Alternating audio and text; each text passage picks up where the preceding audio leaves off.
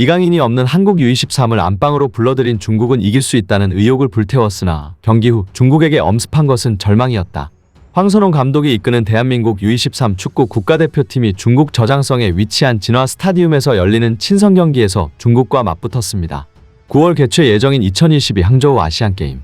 목표는 당연히 금메달입니다. 2014 인천 아시안게임과 2018 자카르타 팔렘방 아시안게임에 이어 대한민국은 3연속 금메달에 도전합니다. 이번 중국과의 경기는 현지 적응은 물론 옥석 가리기가 포인트입니다. 황선홍 감독은 중국 출국에 앞서 이번 소집은 옥석 가리기 마지막 단계다. 중국 현지에 적응하기 위한 평가전이다. 잘 적응하고 결과도 가져오겠다라며 결전을 다짐했습니다. 한국은 4-2-3-1 포메이션으로 중국과 맞대결했고 송민규, 고영준, 양현준 등의 선수들이 나섰습니다. 한국과 대결하는 중국은 어떠했을까요? 안방의 팬들 앞에서 한국을 맞이하는 만큼 중국은 이번 한국전에서 아예 와일드카드까지 총동원했습니다. 중국 매체 채단주보에 의하면 중국 와일드카드로 선정된 탈룽은 한국은 전통 강자다. 그러나 홈에서 경기하는 만큼 전력을 다해 싸울 것이다. 그들에게 약간의 문제를 일으킬 것이다. 이번 평가전과 아시안게임에서 좋은 성과를 얻길 바란다라고 의욕을 불태웠습니다. 전반전 한국은 중국의 거친 플레이에 쉽사리 공격 루트를 찾지 못하면서 좀처럼 결정적인 기회를 만들어내지 못했습니다. 역시 중국하면 소림축구였는데요. 중국의 파울성 플레이에도 한국에서는 송민규가 번뜩였고 전반 28분 송민규가 페널티 박스 안에서 위협적인 돌파 후 왼발 슈팅을 하기도 했습니다. 이에 중국은 위험 플레이어가 누군지 감지했는지 송민규를 향해 거친 태클을 하면서 심판으로부터 경고를 받았습니다. 중국은 이날도 홈에서 특유의 거친 축구를 멈추지 않았습니다. 하지만 그렇게 전반이 종료되고 중국의 템포와 전략을 확인한 한국은 후반전부터 그야말로 쇼케이스를 펼쳤습니다. 쇼케이스를 지휘한 주인공은 후반 시작하자마자 교체로 들어온 엄원상이었습니다. 후반 6분 공간으로 절묘하게 침투하는 엄원상을 향해 김봉수가 정교한 패스를 찔렀고 엄원상이 이를 골키퍼의 키를 넘기는 감각적인 슈팅으로 연결해 골망을 흔들었습니다. 분위기를 탄 한국은 곧 추가골까지 터뜨렸습니다. 후반 9분 정호연이 박스 앞에서 시도한 패스가 엄원상에게 향했고 엄원상이 침착한 마무리로 다시 한번 상대 골망을 갈랐습니다.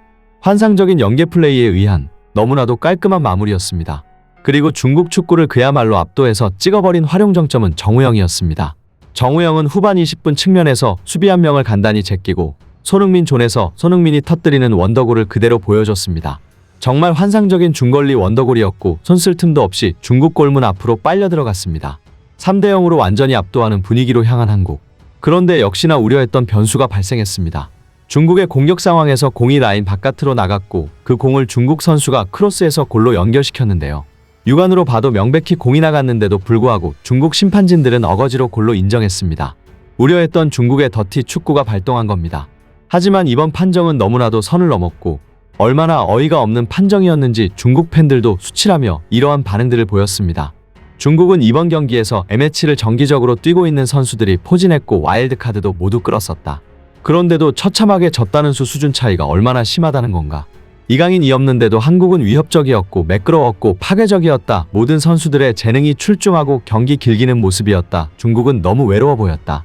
한국 축구는 중국 축구의 아이돌이다. 이것은 부정할 수 없는 사실이며 이 사실을 냉정하게 받아들여야 한다. 한국을 라이벌로 삼을 게 아니라 그들 배워야 한다. 전통적으로 한국이 아시안게임에서 강자였다고 해도 오늘은 한국을 홈으로 불렀다. 그럼에도 불구하고 한국 선수들의 압도적인 기량이 제압당했다. 이강인이 없어도 한국의 7번 송민규가 눈에 띄었다. 카타르 월드컵에서 조차 기회를 못 받은 선수로 알고 있는데 그런 선수의 수준이 이 정도라니 어떤 말도 나오지 않는다. 한국인 선수들은 개인 기량뿐만이 아니라 팀적인 움직임도 매우 좋더라. 니은 볼을 차는 것부터 달랐다. 중국도 나름 전반전에 수비적인 전술을 쓰며 선방했지만 한국 선수들의 터치 앤 무빙과 킬러 패스가 돋보였다. 중국은 와일드카드로 불러온 탈룽에게만 의존하는 축구를 했다. 한국처럼 체계적인 빌드업이 아예 없다. 상대가 한국이기에 롱볼 축구를 한 것은 이해가지만 왜 중국 축구는 아직도 짜임새라는 게 없는 것인가. 그저 한국이 부럽다. 한국도 그렇게 잘한 건 아니었다. 전반전 우리의 밀집 수비를 뚫는데 어려움을 겪었다. 지금 분위기가 한국 축구를 마치 성역으로 보고 있는데 그럴 필요는 없다. 솔직히 인정하자. 한국 따라잡기는 역부족이다. 아시아에서 유럽에 갈 만한 축구 재능이 나오는 게 쉬운 게 아닌데 한국에서는 모두에게 영향을 주는 급 높은 선수들이 매번 나온다. 괜히 심술 부리는 것들한테는 뭐라 해줘야 될지 모르겠다. 항상 한국 보고 소국이라고 하면서 지들이야말로 그런 소국의 의식으로 남을 비웃기만 하고 대부분 속상해하는 것들은 평소에 축구 안 보는 것들이다. 그래도 잘 싸웠다고 생각하자. 한국 축구도 계속 발전하고 있지만 중국 축구의 발전 속도도 무시할 수 없다. 언젠가는 한국과 대등한 싸움을 할 수 있을 거라고 믿어 의심치 않는다.